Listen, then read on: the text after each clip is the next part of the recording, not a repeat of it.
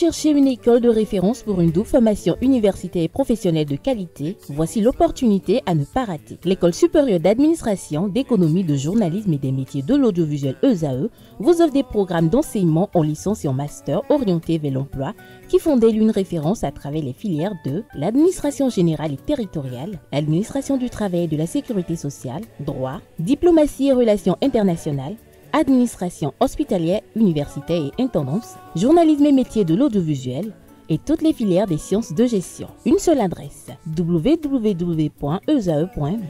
Rendez-vous dès maintenant sur nos campus ESAE Bedromende au numéro 90 93 65 21 ou au numéro 98 98 14 00. Paracourt sur le numéro 52 46 12 12. Aboumé-Calavi au numéro 52 88 44 44. Akpata au numéro 52 88 33 33. ESAE, l'excellence a un nom. L'invité de ce matin, ce frais matin, je suis avec Virgile Rouissou. Bonjour. Bonjour, cher. Merci d'avoir accepté l'invitation d'être là ce matin. Je rappelle que vous êtes le directeur de l'Institut Médias et Développement, communicant, spécialiste des politiques de sécurité et de défense. Il est avec nous ce matin, chers amis internautes, pour décrypter un peu la récente sortie médiatique du patron de la junte au pouvoir, le général Abdourahmane Tiani. Alors, d'entrée de jeu, dites-nous, Virgile Rouissou, lorsque vous avez suivi cet entretien, qu'est-ce que vous avez retenu de façon sommaire et expéditive des propos qui ont été tenus par le général?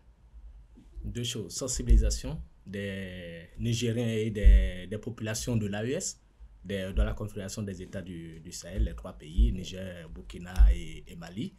Et une information majeure, la frontière entre le Bénin et le Nigeria et le Niger ne sera pas ouverte. C'est les deux informations majeures. Mais la principale information, c'est au sujet de la sensibilisation des populations de l'AES et plus particulièrement des populations du Niger sur le problème sécuritaire qui de plus en plus s'aggrave. Et vous savez bien que ces derniers jours, dans les trois pays, il y a eu des attaques majeures avec beaucoup de soldats, beaucoup de militaires qui sont... Des bilans inquiétants. Des bilans inquiétants, évidemment. Et donc, il fallait sortir. Et encore, c'est la première sortie depuis qu'il a été confirmé président de la République, non plus président de la transition, avec les assises nationales. Il a été en mars dernier et il a été installé. C'est un peu comment ça s'organise aussi. Exactement. Donc, il fallait, vous savez que le discours de la confrontation, de l'attaque est un support de légitimation de ces populations, de ces militaires à la tête des trois pays de l'AES. Donc, il est resté dans la même logique et les 90% de son discours sont concentrés sur la question sécuritaire. La question sécuritaire, on a comme l'impression que le général a un problème d'incompréhension avec le Bénin ou ce sont des questions entre les dirigeants, entre lui et Patrice Talon, si on doit appeler un chat un chat. Vous savez, les questions de relations internationales et de politique étrangère sont aussi tributaires de la psychologie des dirigeants. C'est-à-dire, c'est le dirigeant, c'est le chef d'État représentant un pays qui prend finalement les décisions et qui valide la politique étrangère d'une nation. Et la politique étrangère faisant partie de la dynamique des relations internationales. Et donc, c'est son vivant, son vécu, ses expériences, ses émotions et ses états d'âme, à un moment donné, son histoire, peuvent influencer ces décisions et donc impacter les relations entre son pays et les autres États. Et dans ces conditions, dans tous les compartiments de la politique étrangère et dans des relations avec les autres États, ça peut impacter. Et on peut lire ici qu'il y a certainement des éléments de ce type qui influence ce qui se passe, mais c'est à davantage creuser. Davantage creuser, mais est-ce qu'à ce niveau-là, est-ce que pour des questions personnelles, on ne met pas en péril des activités commerciales, l'avenir de tout un peuple? Bien évidemment que toute décision, quel que soit le pays, influence les populations, influence la vie de la nation, Mais c'est difficile de faire et c'est différent. Voyez un peu ce qui se passe aujourd'hui aux États-Unis ou ailleurs dans d'autres pays. Vous avez vu, quand Trump est arrivé, il y a eu des décisions qui ont impacté de façon stratégique et globale la politique étrangère des États-Unis. C'est la même dynamique pour tous les pays et évidemment, ce qui se passe ici, ça impacte. Ça a des influences sur les relations entre les deux États, mais le dirigeant qui est là a voulu que cela en soit ainsi et bien évidemment, son discours, sa sortie, 3h22, 45 secondes. Vous, en tant que communicant, qu'est-ce que vous en pensez? 3 heures de sortie médiatique. 3 heures de sortie médiatique, c'est... D'interview, si on peut le dire ainsi. Interview, je ne vois pas en tant que communicant, je ne vois pas cela comme une interview, mais je vois cela comme... une adresse au peuple? Une sensibilisation, comme je le disais. Mais 3 heures? Ouais, c'est une sensibilisation. Pendant 3 heures? Regardez... Quel est ce format? Regardez ce monsieur, pendant qu'il parlait. Il avait le regard totalement figé devant lui. Il a même anticipé sur des questions de journalistes. Regardez le journaliste. Il lisait pratiquement les questions, mot pour mot. C'était rédigé, c'est ça? Je ne dis pas que c'était rédigé. On avait comme l'impression. Mais il y avait quand même une certaine préparation, un objectif à atteindre. C'était d'expliquer ou de conquérir l'assentiment des populations que les difficultés qu'il y a pour régler la question sécuritaire ne dépendent pas d'eux, mais cela dépend des autres parce que dans le fonctionnement des relations internationales, on se fabrique aussi des ennemis. Et on trouve ici le moyen de se fabriquer des ennemis pour pouvoir expliquer et orienter aussi la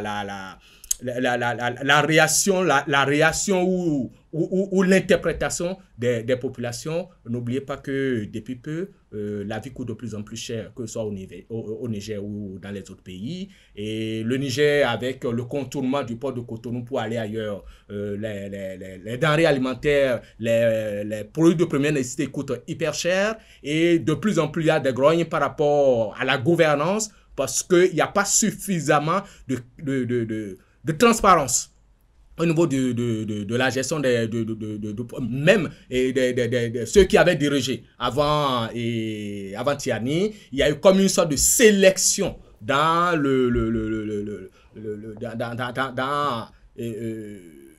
disons l'évaluation de ce qui est fait pendant ces périodes et donc de plus en plus les populations commencent par se poser des questions. Mais ailleurs, au Niger et au Burkina et au Mali, vous savez qu'il y a également des groins politiques avec la suppression des partis au Mali et également au Burkina avec régulièrement des soupçons de tentatives de coup d'État. Et dans son discours, vous constaterez qu'il a parlé très peu du Niger. Dans pratiquement les 60 premières minutes, vous n'allez entendre parler que de confédération de l'AES, dont c'est un objectif de sensibilisation des populations. Ouais, vous l'avez dit si bien, et tout à l'heure vous avez parlé de conquête de l'assentiment du peuple nigérien. Est-ce qu'on peut dire que malgré son temps passé à la tête de la République du Niger, le général Tiani a encore des soucis de légitimité de son pouvoir?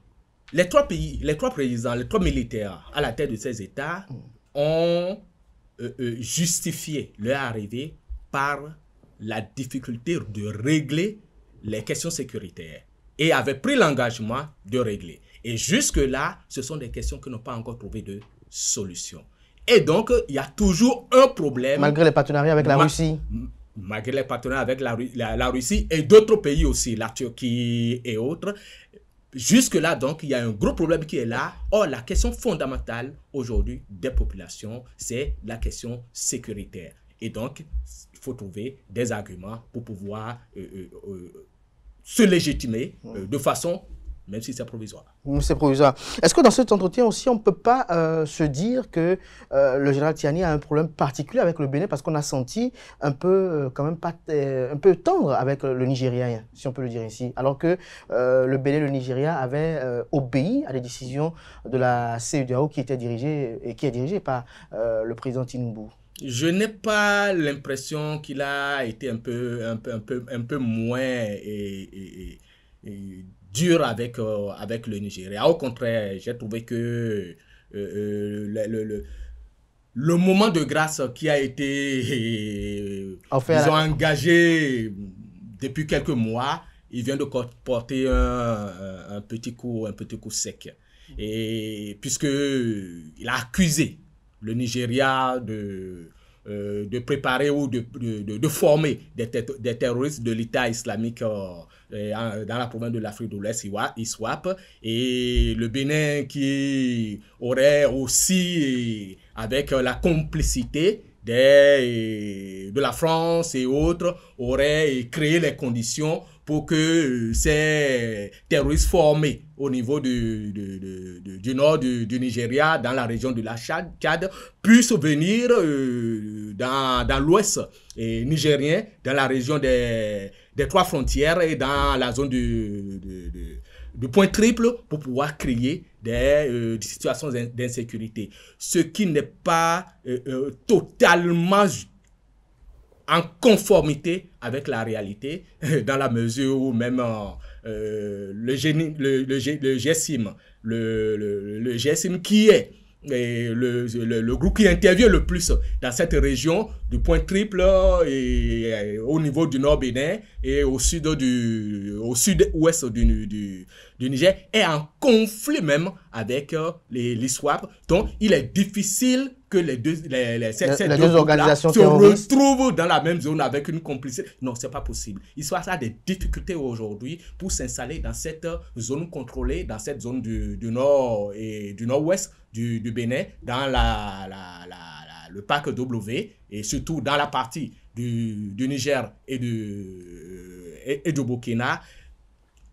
L'ISWAP a des difficultés réelles de s'implanter dans cette zone contrôlée par le GSIM. Donc il y a quelque chose qui n'est pas très juste dans son discours à ce niveau. Mais comprenant que aussi l'évitement de la vérité fait partie des relations internationales pour faire accepter des concepts et aussi c'est un objet de manipulation. Et donc le Bénin, vous disiez pourquoi il s'attaque si tant au Bénin, on se fabrique des ennemis, je le disais tout à l'heure. Est-ce que quelque part, à un moment donné, le rappel de l'ambassadeur Gildas Agonkan n'a pas été un fait qui a envenimé les relations? Normalement non. Mais si le Niger veut utiliser cela, le Niger le fera comme d'ailleurs il a fait dans son discours en évoquant ce fait-là et en faisant croire que c'est parce que il a parlé il a parlé de pardon que le Bénin l'a rappelé. Donc le Bénin, c'est comme si le Bénin n'était pas prêt pour le pardon. Mais ce rappel n'est pas... C'est dans la droite ligne du fonctionnement de la diplomatie. Parce que l'ambassadeur Agonkan a commis une erreur. On dira, si on veut être plus juste, qu'il a commis une faute diplomatique. Parce qu'il n'est que le représentant du Bénin. Il est un peu comme un porte-parole et ne doit dire que ce que le Bénin lui dit de faire ou de dire. Mais est-ce qu'il a reçu mandat de dire « Nous vous demandons pardon », il aurait utilisé d'autres mots beaucoup plus diplomatiques pour dire la même chose, mais quand même atteindre un objectif. Peut-être que la manière dont on l'a rappelé a joué un peu dans la perception ou la manipulation qui peut se faire de cette situation, de cet incident. Peut-être qu'on aurait, le Bénin aurait pu procéder autrement, mais l'appeler est déjà, le rappeler de cette façon-là est déjà un signe fort pour dire là-bas, nous ne sommes pas dans cette logique parce que ça pouvait être rapidement une manipulation pour dire le Bénin est en train de demander pardon, mais le rappeler en même temps est un signe fort pour dire nous n'avons pas demandé pardon, c'est une erreur de sa part, mais après, qu'est-ce qui a été fait? On pouvait le retourner pendant un temps pour encore tenir un discours qui ramène un peu plus les choses en ordre avant de le ramener, de le libérer, mais c'est un choix également de politique au Bénin. Virgile Ouessou, mais dans ce ping-pong diplomatique, dans ces crises d'ego de ces dirigeants de part et d'autre, si on peut oser le dire ainsi, il y a des populations qui meurent, il y a des enfants qui ne vont pas à l'école en raison de l'insécurité, il y a l'exode rural qui se fait montre en raison de cette situation-là. Le spécialiste des politiques de sécurité et de défense, qu'est-ce qu'il pense pour le Bénin? Qu'est-ce qu'il propose pour son pays pour que véritablement cette crise soit jugulée? Ou tout au moins contenu, si on peut le dire ainsi. Aujourd'hui, la question sécuritaire est assez complexe quand il s'agit des questions de terrorisme, d'extrémisme violent. Il faut agir sur beaucoup de leviers. Et cela ne peut que se faire avec les pays qui vivent la même situation que vous. Aujourd'hui, le Bénin se retrouve, s'il ne s'agit que des éléments, des leviers sur lesquels il faut agir en interne, le Bénin essaie de faire de son mieux. Et je reviendrai rapidement là-dessus, je reviendrai davantage là-dessus tout à l'heure. Mais par rapport aux autres pays, c'est difficile dans la mesure où aujourd'hui, pour pouvoir mener des actions militaires et rendre le terrain transparent pour pouvoir avancer, il faut faire des partages de renseignements. Ce qui n'est pas possible aujourd'hui. Le Bénin n'a cessé, depuis même la crise avec le Niger et le déclenchement des hostilités avec l'AES et la CEDEAO, bien évidemment, le Bénin n'a pas cessé de partager des informations, des renseignements avec les armées de ces pays-là. Mais malheureusement, il n'y a pas le retour. Ce qui bloque le Bénin est ouvert au dialogue. Le Bénin est ouvert au dialogue. Ce qui bloque le déploiement de la politique. Je vais vous dire, vous savez que le Bénin avait recruté 5000 soldats. 5000 soldats formés pour pouvoir intervenir dans cette politique sécuritaire d'endiguement des terroristes. Mais malheureusement, le Bénin n'a pas pu mettre en œuvre, n'a pas pu déployer. Parce qu'il n'y a pas eu de coopération sécuritaire. Parce qu'entre-temps, déjà, avec le Burkina, il y avait déjà une entente. De sorte que ces soldats seront envoyés sur le terrain, mais à l'extérieur, c'est-à-dire sur le territoire burkinabé, et peut-être nigérien, puisque la négociation était aussi en cours de ce côté-là. Était tripartite. Voilà, sur 150 km environ. Ce qui permettait de sécuriser toute cette zone-là, mais avec les crises qui sont arrivées, le Bénin n'a pas pu déployer. Et ces soldats-là sont aujourd'hui un poids pour le Bénin avec un blocage de cette stratégie-là. Donc, qu'est-ce qu'il faut faire? Le Bénin essaie de faire ce qu'il faut, mais malheureusement, c'est un peu compliqué. Mais en interne, il faut agir sur 4 leviers principaux. Le premier levier, c'est social, parce que le recrutement des hommes pour intervenir par les groupes terroristes, ça se fait parmi la population. Et c'est avec un discours orienté sur l'incapacité de l'État à régler leurs problèmes. Et des problèmes sont dans ces régions, sévissent dans ces régions-là, surtout sur le plan social et économique, avec un manque d'infrastructures énorme et ainsi de suite. L'État doit agir suffisamment sur ce levier-là. Agir également sur le levier de la consolidation de la paix et de la dynamique de partenariat, de vivre ensemble entre les communautés, parce qu'il y a souvent des problèmes de conflit, d'incompréhension qui interviennent entre les populations. Il faut pouvoir construire. À ce niveau, il y a beaucoup d'activités qui sont en train d'être, beaucoup de projets, beaucoup d'initiatives qui sont en cours et il faut renforcer cela. Je crois qu'il faut également que l'armée, non seulement agisse sur le plan militaire, mais le tout sécuritaire, le tout militaire a démontré ses limites. C'est vrai que l'armée a ce qu'on appelle l'action civilo-militaire, qui permet de faire des actions spontanées, sporadiques, périodiques, des actions sociales sur le terrain. Mais cela ne répond plus aujourd'hui à la demande pour mieux être en connivence, en complicité parmi la population. Il faut renforcer cela pour que l'armée intervienne davantage, aille plus loin dans l'intervention sociale, pourquoi pas mettre en œuvre des projets sociaux. Mais il y a également, et ça c'est l'avant-dernier point, il y a également la question de la négociation avec ces groupes-là. Vous savez, ça a commencé d'abord en Algérie.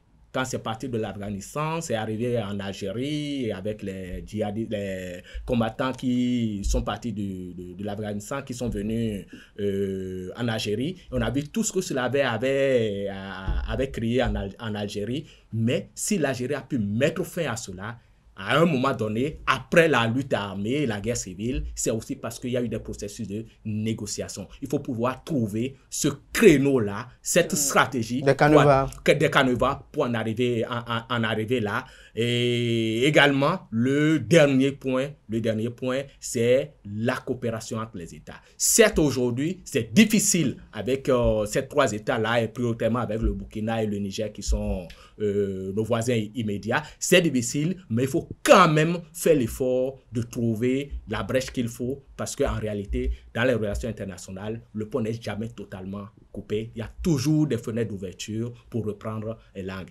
Et il y a, si vous voulez bien, on pourra en parler, il y a les espaces qui pourraient s'offrir en dehors des négociations bipartites ou tripartites ou bilatérales, multilatérales. Il y a avec la CEDEAO. Quels sont ces espaces-là? Il y a d'abord la CEDEAO. Il y a déjà la CEDEAO qui est là, et vous savez que depuis quelques jours... Vous pensez que la CEDEAO peut quelque chose aujourd'hui, malgré tout son silence, bien sûr, avec tout ce qu'a subi le Bénin en étant obéissant à la dite CEDEAO? Silence, je ne crois pas qu'on puisse parler de silence. Qu'est-ce que la CEDEAO pouvait faire à ce moment-là? Parce que sa position par rapport à la gouvernance, à la gestion des coups d'État, à la gouvernance politique, même à l'intérieur des pays, a pris un coup avec ces événements-là. Donc la CEDEAO s'est retrouvée un peu éclopée par rapport à ses interventions. Mais après le départ du Niger, des trois pays de l'AES, de la CEDEAO, depuis le 29 janvier dernier, ils avaient 6 mois. La CEDEAO avait donné 6 mois pour réfléchir. Et d'autres présidents, comme le président ghanéen, le nouveau président ghanéen, ont essayé de voir si on pouvait encore des médiations, mais apparemment, ça risque de pas vraiment porter. Donc, il faut déjà considérer que c'est plus ou moins définitif et que ça va pas être pour les semaines, les mois à venir, et commencer la négociation. Mais ce qui inquiète beaucoup de citoyens de l'espace CEDEAO, si on peut le dire ainsi, c'est qu'au moment où le général Tiani prenait le pouvoir après un coup de force, on a vu des généraux d'armée monter au créneau, dire et affirmer haut et fort qu'ils avaient des hommes pour aller déloger Tiani du pouvoir. On a vu un peu des militaires, je ne veux pas peut-être stigmatiser des pays, qui prouvaient un peu la capacité de leur armée à mener des combats. Pourquoi on ne fait pas une mutualisation des efforts pour aller nettoyer le point triple? Oui, justement, c'est à cette négociation, à cette mutualisation des efforts qu'il faut travailler aujourd'hui, surtout dans un espace multilatéral. Au moment où on a l'impression que les dirigeants sont sourds, personne ne veut décrocher l'autre, personne ne veut fléchir devant l'autre. On a le ressenti qu'il y a des crises d'ego qui s'enracinent, si on peut le dire ainsi. Absolument. Telle une hydre. Absolument. Et il faut passer, quand ça bloque comme ça, il faut passer par des canaux plus ou moins formels. Comme lesquels, par exemple? Lesquels, je parlais tout à l'heure de la CEDEAO. Oui, de la CEDEAO, qui a déjà commencé les négociations pour ce partenariat entre l'AES, entre les deux organisations, l'AES et la CEDEAO, sur les questions sécuritaires, mais également sur les questions de convergence ou de collaboration pour la libre circulation des personnes et des biens. Mais il y a également l'espace de l'UEMOA qui est là. Les 3 pays ne sont pas partis de l'UEMOA. Donc, l'espace de l'UEMOA pourrait devenir cet espace d'échange entre... l'UEMOA peut désormais s'orienter un peu plus sur les questions sécuritaires qui sont fondamentales et dont le règlement est vraiment fondamental pour pouvoir booster l'économie qui est aujourd'hui, malgré les bons taux de croissance. Au Niger, c'est 7% ou un peu plus. Au Bénin, on est très loin également. Et je crois au Mali, c'est également quelque chose de très bon. Donc, malgré les bons taux de croissance, il y a un problème parce que l'économie, c'est d'abord sur le terrain avec le vécu et le vivre des populations qui doit être satisfait. Il y a également cette possibilité de faire intervenir des présidents nouvellement venus qui ont donné quand même un minimum de gages à ces États du Sahel, tels que le président ghanéen dont je parlais tout à l'heure, qui a d'ailleurs nommé comme envoyé spécial au niveau du Sahel, spécial des questions de terrorisme. Il y a également le président Bassirou Diomaye Faye du Sénégal, le premier ministre Sonko qui fait un peu le tour aujourd'hui. Il y a tous ces espaces-là. Mais en dehors de ce que vous citez là, nous sommes pratiquement à la fin, il y a certains observateurs spécialistes également des questions de sécurité et de défense comme vous qui proposent au Bénin de faire parler les deux armées, c'est-à-dire que nos généraux décident de prendre la relève au moment où les anciens présidents étaient allés. Certains ont estimé que ce n'était pas une affaire d'anciens chefs d'État, mais d'anciens généraux qui peut-être ont eu à faire les mêmes écoles de guerre avec le général Tiani ou avec certains d'entre eux au niveau de l'AES pour aller échanger avec leurs frères d'armes pour trouver un canevas, pour trouver un consensus pour que véritablement les relations cordiales qui étaient celles qui nourrissaient ces deux pays puissent reprendre vie. Oui, bien sûr, c'est des créneaux, c'est des supports sur lesquels il faut également se positionner. Ce sont des leviers qu'il faut utiliser. Je donne un exemple. Savez-vous que le général d'armée Tiani a travaillé sous les ordres du général Amoussou quand il était patron de l'ONUCI. Il a travaillé sous ses ordres. Ferrand Amoussou, voilà. Donc, c'est peut-être des créneaux qu'il faut utiliser. C'est vrai que le Bénin est totalement disposé. Vous connaissez encore d'autres hauts gradés qui a eu à collaborer avec... vous savez, dans les écoles de guerre, pendant les formations, les différentes formations, des différents diplômes militaires, il y a souvent cette...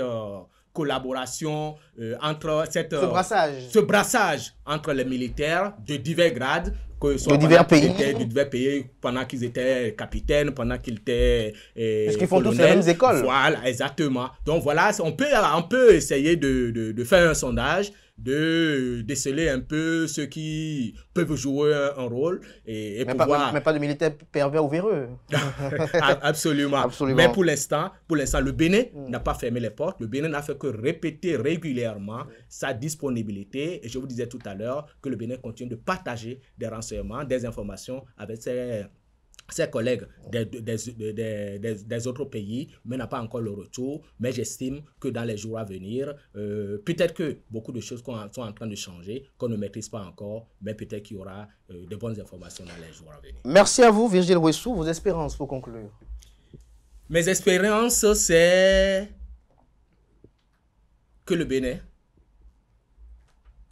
ne réponde pas, ne se mette pas dans une stratégie du berger à la bergère. Du berger à la bergère. Et parce que, comme je l'ai dit tout à l'heure, on se fabrique des ennemis, il y a un objectif à atteindre, mais également, il faut éviter les pièges. Parce que les négociations ont commencé récemment avec la CEDEAO. Est-ce que cette fabrication de l'ennemi concentrée sur le Bénin et un peu sur le Nigeria n'est pas un levier, un outil d'utilisation pour peser dans les négociations? Il y a plusieurs hypothèses. Donc, au Bénin, de continuer par adopter sa stratégie de disponibilité à collaborer et espérant que des deux autres côtés des frontières du Burkina et du Niger, que la situation avance, que les perceptions, les analyses, la manière de voir les choses et l'intérêt supérieur des États et des populations puissent prévaloir pour que cette coopération sécuritaire devienne une réalité afin qu'on puisse mettre fin à